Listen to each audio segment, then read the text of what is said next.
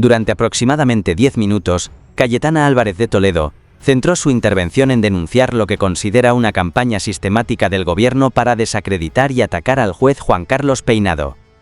En resumen, la intervención de Cayetana Álvarez de Toledo fue un contundente ataque retórico contra lo que ella percibe como una estrategia gubernamental de desprestigio hacia el juez Peinado. En sus palabras, estos ataques no solo afectan el honor personal del magistrado, sino que también debilitan la independencia y la credibilidad del Poder Judicial, pilares fundamentales de un Estado de Derecho. Hace unos días tuvimos el último informe de la Guardia Civil, que apunta que la mujer del presidente del Gobierno pudo favorecer el rescate de Air Europa.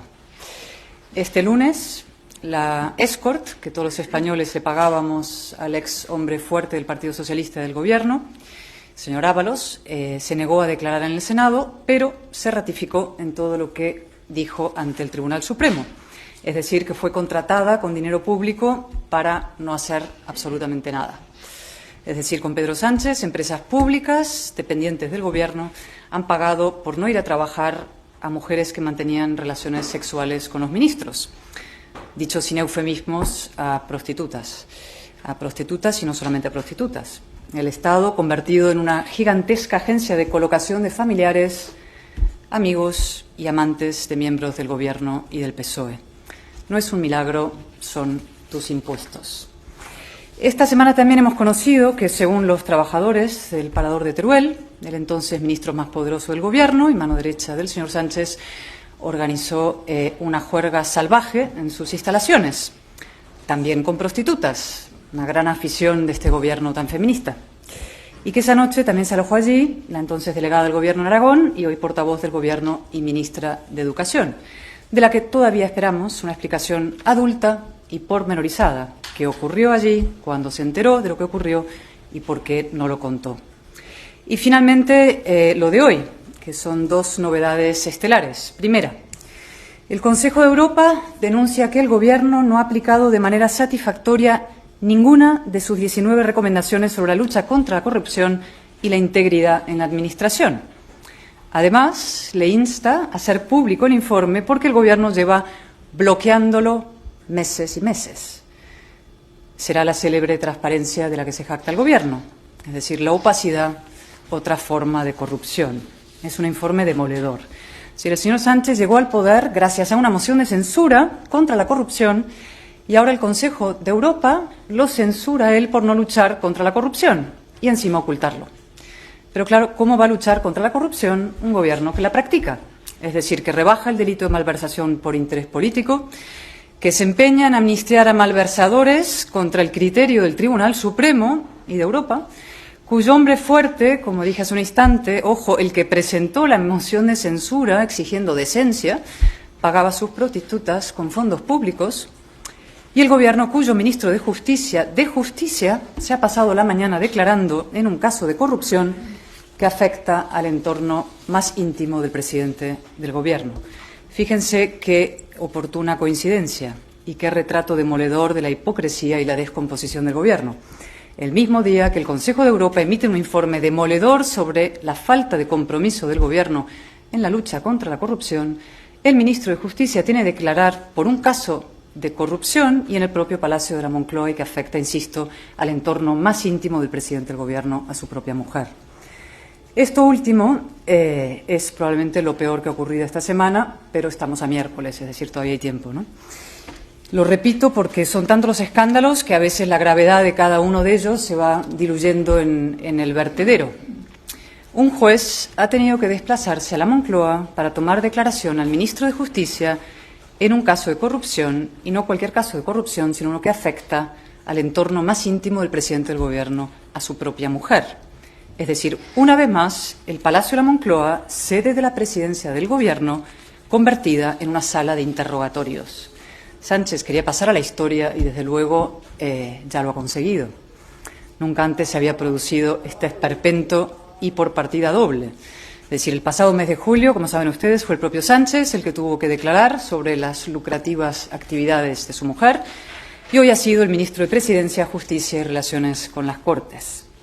El señor Bolaños tenía que explicar por qué fichó con dinero público a una presunta asesora que luego se dedicó a ayudar a Begoña Gómez en sus lucrativos negocios privados. Por ejemplo, exigiendo patrocinios a empresas del IBEX para una cátedra que la mujer del presidente dirigía sin ni siquiera ser licenciada. Es impresionante. Es decir, por resumir, el señor Bolaños debió explicar esta mañana por qué los españoles pagamos con nuestros impuestos no solo las asistentes sexuales de los ministros, sino también las asistentes lucrativas de la mujer del presidente del Gobierno. Suponemos que el señor Bolaños habrá dicho la verdad por una vez en su vida, porque era su obligación como testigo, ¿no? Entendemos que esto le habrá supuesto un esfuerzo gigantesco, porque el señor Bolaños tiene con la verdad una relación de íntima hostilidad. No se rozan ni por accidente. Y del mismo modo suponemos que no habrá llamado al juez prevaricador a la cara, como tantas veces ha hecho. Y tenemos una lista larguísima de los ataques del señor Bolaños y de otros ministros al juez Peinado y a otros jueces. Al juez Peinado el señor Bolaños le ha dicho de todo. Le ha acusado de encabezar una persecución contra Sánchez y su familia cruel, injusta, terrible, indudable, sucia, injustificable, inhumana, plagada de mentiras y de insignificancias. El señor Bolaños se ha convertido hace tiempo, como he dicho alguna vez, en el jefe de la brigada de linchamiento de los jueces. Bueno, de los jueces que dictan resoluciones contrarias a los estrictos intereses del Gobierno. Y la presidenta del Consejo General del Poder Judicial y del Supremo, como saben ustedes, ha tenido que recordarle ya 3 veces que los ataques a los jueces son inaceptables. Y, por cierto, hoy mismo, el ministro Planas ha tenido hoy la pésima idea de también atacar al juez Peinado. Y se ha puesto irónico, ¿no? Ha dicho que le quedan millones de españoles por interrogar para encontrar algo. Desde luego, no sabemos si hay millones de españoles, pero el que desde luego podría declarar ante un juez para aclarar muchos asuntos que afectan la corrupción del Gobierno es el propio señor Planas. Traxa, como saben ustedes, que contrataba prostitutas a costa del erario y a favor de los ministros, depende de su ministerio, directamente, del ministerio del señor Planas. Con lo cual, el señor Planas puede colaborar con la justicia en vez de linchar a los jueces. En cuanto a las declaraciones del señor Marlaska, francamente dan pena, ¿no? Una persona que ha sido juez, pues uno llega a la conclusión, no es que haya perdido la dignidad, es que quizás nunca la tuvo, ¿no? En todo caso, la clave hoy es la siguiente, ¿no?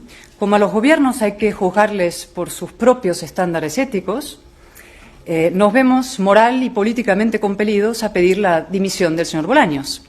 Y es que en la moción de censura contra el presidente Rajoy, el candidato Sánchez sentenció que la mera imagen del presidente declarando como testigo en un caso de corrupción era, y cito literalmente, un punto culminante que exige su dimisión por devaluar la institución.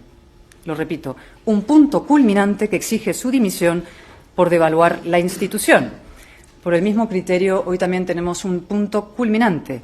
El señor Bolaños tiene que dimitir hoy mismo por devaluar 3 instituciones a la vez: el Ministerio de Presidencia, el Ministerio de Justicia y el Ministerio de Relaciones con las Cortes. De hecho, probablemente sería la mejor manera de responder al demoledor informe del Greco, del Consejo de Europa, ¿no? Que el Gobierno sí lucha contra la corrupción, pues Sánchez puede aplicar sus propios estándares éticos con los que llegó al poder y destituir hoy mismo al señor Bolaños. O mejor aún, convocar elecciones. La única manera de luchar contra la corrupción y de cumplir las exigencias de Europa e incluso las propias esgrimidas por el señor Sánchez para llegar al poder es la convocatoria de elecciones.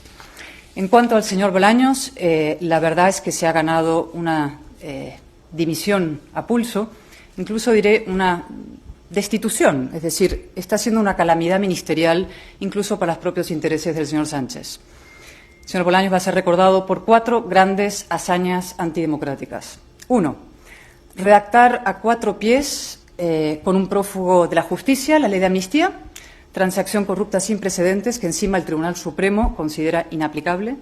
2. Mantener contra viento y marea a un fiscal general imputado por revelación de secretos para intentar destruir a una rival del Gobierno, un delito puramente totalitario, y a ver qué cuenta, por cierto, Google del contenido de sus móviles, como le he dicho muchas veces, todo se sabrá. 3. Convertir la presidencia del Congreso de los Diputados en una humillada correa de transmisión del Gobierno y las sesiones de control en una auténtica farsa. Y 4, erigirse en abogado defensor de la familia del presidente del Gobierno investigada por corrupción, incluso colocar todas las instituciones, Fiscalía y Abogacía General del Estado, a su servicio, y todo para acabar declarando el mismo ante un juez, como he dicho, una calamidad ministerial. La foto del señor Bolaños hoy ante el juez peinado es la viva imagen de su propio fracaso y de la degradación democrática española, de ese proceso que nos lleva de democracia plena a democracia fallida. El Gobierno ha declarado la guerra a los contrapesos democráticos, jueces, medios críticos, oposición, pero la buena noticia, y siempre hay que acabar con una buena noticia, y es muy importante esta buena noticia para todos los españoles, es que esos contrapesos democráticos no se rinden. Los jueces actúan, los medios investigan y la oposición denuncia.